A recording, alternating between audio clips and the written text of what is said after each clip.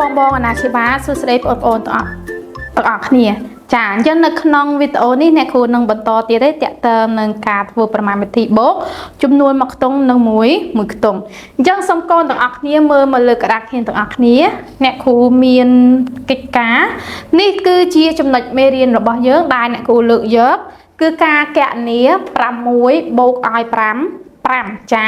អញ្ចឹងមុននឹងចូលការគណនាកូនទាំងអស់គ្នាមើលរូបភាពសិនកូនឃើញអ្នកគ្រូចង្អុលនេះកូនឃើញហ่าគឺមានចំនួន6យក6ហ្នឹងគឺបូកឲ្យចំនួនក្របបាល់5ចាអញ្ចឹងនឹងទទួលបានប្រមាណកូននឹងដឹងទាំងអស់គ្នាចាអញ្ចឹងនៅក្នុងនេះអ្នកគ្រូនឹងធ្វើជាលក្ខណៈបំបែកបែបនេះសូមកូនមើលផ្នែកខាងនេះអញ្ចឹងកូនយកមករៀបជាប្រមាណវិធីជួឈើមកអ្នកគ្រូយក6បូកឲ្យ5ត្រូវអត់ចាអញ្ចឹងអ្នកគ្រូបំបែកតួទី1ខាងលើនេះ6នេះអ្នកគ្រូអាចសរសេរបានថា6បូកឲ្យ0តើស្មើ6អត់ក៏ចាគឺស្មើបន្តមកទៀត5នេះអ្នកគ្រូបំបែកវាទៅជា4បូកឲ្យ1ចាអញ្ចឹងកូនទាំងអស់គ្នាឆ្ងល់អ្នកគ្រូបំបែកយើងទៅអីចាអ្នកគ្រូបំបែកនេះគឺដើម្បីឲ្យបូកទៅជាផលបូកស្មើនឹង10ចាយើងនៅពេលដែលអ្នកគ្រូបំបែកអញ្ចឹងហើយកូនកាត់ងារមកចាចាប់ផ្ដើមឃើញខ្ទង់ពណ៌ក្រហមនេះឃើញអ្នកគ្រូចង្អុលអត់គាត់ឃើញ0បូកឲ្យ1ស្មើ1ដដែរបន្តមកទៀត6បូកឲ្យ4គឺស្មើ10នោះនឹងទទួលបាន10បូកឲ្យ1ចា10បូកឲ្យ1ស្មើ10 11នេះក៏ឃើញអ្នកគ្រូចង្អុលអត់នេះគឺជា10 11ចាអញ្ចឹងសូមកូនមើលផ្នែកខាងក្រោមនេះអ្នកគ្រូមានជំហានរហូតដល់ចំនួន3ក្នុងការគណនាយើងអ្នកគ្រូយកមករៀបចាដំបូងអ្នកគ្រូរៀបជាឲ្យវាត្រូវតាមខ្ទង់នេះជាខ្ទង់រាយចា6បូកឲ្យ5ពេលហ្នឹងគឺត្រូវតាមខ្ទង់អត់ក៏ចាគឺត្រូវហើយបន្តមកទៀតចូលជំហានទី2អ្នកគ្រូនឹងចាប់ផ្ដើមកណនាចានឹងចាប់ផ្ដើម6បូក5ចាអញ្ចឹងកូនសម័យ6នេះគឺកូនអាចទាំងអស់គ្នាអាចសរសេរបានថា6បូកឲ្យ0ទីឯ5នេះកូនបំបែកមកគឺអាចសរសេរបានថា4បូកឲ្យ1 6បូក4គឺ10 10និង1គឺ10 11អញ្ចឹងកូនសរសេរលេខ1កូនត្រូវតែត្រាទុកចំណាំថានៅខ្ទង់10មាន1ចាចូលជំហានទី3នេះកូនចាប់ដើមទម្លាក់ត្រាទុក1នឹងចុះមកខាងក្រោមនោះនឹងទទួលបាន11ចាអញ្ចឹងកូនទាំងអស់គ្នាបានយល់ពីការបង្ហាញនៅលើក្តារខៀននេះអញ្ចឹងអ្នកគ្រូនឹងបង្ហាញឧទាហរណ៍មួយទៀតនៅលើក្តារខៀនថ្មីចាអញ្ចឹងសូមកូនទាំងអស់គ្នាមើលមកលើក្តារខៀនទាំងអស់គ្នាអ្នកគ្រូសូមយកលេខដដែលដំបូងគឺ6ចាបូកឲ្យ5ចាអញ្ចឹងអ្នកគ្រូបានរៀបបានត្រូវតាមខ្ទង់ហើយបន្តមកទៀតកូនទាំងអស់គ្នាត្រូវគិតតួទី1របស់យើងមាន6អញ្ចឹងកូនត្រូវតែសម័យកន្លែងនេះកូនបំបែកបានថា4បូកឲ្យ1 4បូក1គឺស្មើ5ហើយអញ្ចឹងកន្លែងនេះ6នេះកូនអាចសរសេរបានថា6បូកឲ្យ0អ្នកគ្រូធ្វើអញ្ចឹងគឺដោយសារតែឲ្យវាទៅជាការបូកទៅស្មើនឹង10អញ្ចឹងកូនចាប់ផ្ដើមមក0បូក1គឺ1ចានេះទីតាំងបូក6បូក4គឺ10នោះចម្លើយនឹងទទួលបាន10បូកឲ្យ1 10បូក1ស្មើ11ចានេះគឺជាការបូករបៀបមួយទៀតកូនទាំងអស់គ្នាគ្រាន់តែយក6បូកឲ្យ5ចាអញ្ចឹង6បូក5កូនទាំងអស់គ្នាសម័យទៅចាអញ្ចឹង6បូក4ស្មើ10ថែម1ទៀតគឺ10 11នេះនឹងទទួលបាន10 11នេះគឺជាចម្លើយចាអញ្ចឹងបន្ទាប់ពីកូនទាំងអស់គ្នាបានមើលអ្នកគ្រូបញ្យលលើក្តារខៀននេះអ្នកគ្រូមានឧទាហរណ៍បន្ទាប់ទៀតនេះសូមកូនមើលចាអញ្ចឹងអ្នកគ្រូនឹងលើកយក6បូកឲ្យ5 7ចានេះគឺចំនួន6បូកឲ្យ7ទទួលបាន13នេះការបំបែក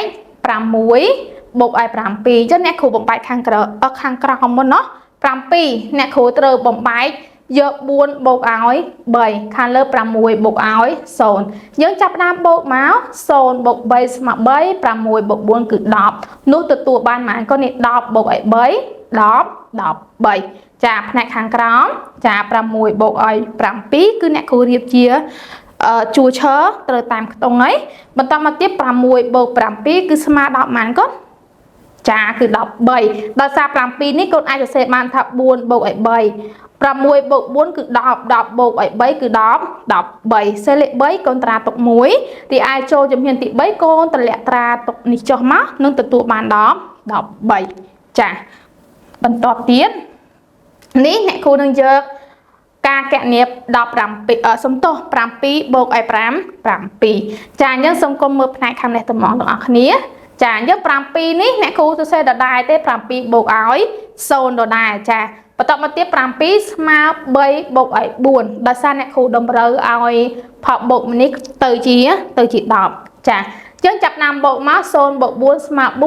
7បូក3ស្មើនឹង10 10បូក4ស្មើ14នេះអ្នកគ្រូសរសេរ14ទីឯងផ្នែកខាងនេះជំហានដំបូងគឺកូនទាំងអស់គ្នាដឹងហើយត្រូវរៀបឲ្យត្រូវតាមខ្ទង់រាយដូចអ្នកគ្រូរៀបបែបហ្នឹងបន្តមកទៀតចូលជំហានទី2កូនចាប់ដើមកណនានេះ7បូក7ស្មើប៉ុន្មានកូនសម័យមក7យើងមាន7ខ្វះប៉ុន្មានដើម្បីស្មើ10កូនចាគឺខ្វះ3អញ្ចឹងកូនយក7នេះបំបែកយក3បូកឲ្យ4យើង7បូក3ស្មើ10 10ថែម4គឺ14ចាអញ្ចឹងកូនសរសេរលេខ4កូនត្រាទុកកន្លែងនេះ1ចារីឲ្យចូលជំហានទី3កូនទម្លាក់ត្រាទុកមកនោះនឹងទទួលបាន14ចាបន្ទាប់ពីកូនបានធ្វើមើលអ្នកគ្រូបញ្យល់នៅលើក្តារខៀនហើយនឹងបញ្យល់នៅលើក្តារខៀនបន្ថែមទៀតអ្នកគ្រូមានលំហាត់សម្រាប់កូននេះលំហាត់ទី1នេះចូលបំពេញចំនួនតាំងរូបភាពអញ្ចឹងអ្នកគ្រូគ្រាន់ឲ្យកូនបំពេញទេដោយមិនកណនាទេដូចអ្នកគ្រូឧទាហរណ៍មួយនេះអញ្ចឹងក្របបាល់របស់យើងមានចំនួន4កូនសរសេរចំនួន4បូកឲ្យក្របបាល់មានចំនួន2កូនសរសេរចំនួន2រួចជាការស្រេចបន្តទៀតអ្នកគ្រូទុកឲ្យកូនធ្វើអ្នកគ្រូចូលបញ្យល់ទី2នេះចូលធ្វើប្រមាណវិធីបូកចានេះសិតតែជាប្រមាណវិធីបូកយូរឈើទាំងអស់អញ្ចឹងកូនចាប់ផ្ដើមធ្វើដូចអ្នកគ្រូបានបង្ហាញមិញឲ្យកូនទាំងអស់គ្នាមើលអញ្ចឹងចាអញ្ចឹងអ្នកគ្រូចូលទី3នេះក៏ចូលធ្វើប្រមាណវិធីបូកដែរប៉ុន្តែជាប្រមាណវិធីជួដេកត្រូវកចាអញ្ចឹងកូនចាប់ផ្ដើមមកអ្នកគ្រូឧទាហរណ៍ផ្នែកខាងនេះដូច9បូក4នេះស្មើ13អញ្ចឹងកូននេះ9បូក4យើង9ខ្វះប៉ុន្មានកូនស្មើ10ចា9នេះកូនត្រូវថែម1ទៀតបាន10យើង9ហើយ4នេះកូនបំបែកបានថា1បូកឲ្យ3 9បូក1គឺ10 10និង3គឺ13យើងកូនសរសេរ13ចាបន្តទៀតលំហាត់ទី4ចាអញ្ចឹងអ្នកគ្រូសូមបញ្ចប់ត្រឹមលំហាត់ទី3នេះសូមកូនទាំងអស់គ្នាចូលរួមហ្វឹកហាត់ធ្វើទាំងអស់គ្នាទាំង3លំហាត់នេះបន្ទាប់ពីកូនបានធ្វើរួចកុំភ្លេចយកឲ្យប៉ាម៉ាក់របស់កូនជួយពិនិត្យមើលថាតើកិច្ចការរបស់កូនពិតជាបានស្អាតនិងត្រឹមត្រូវដែរទេចាសូមអរគុណ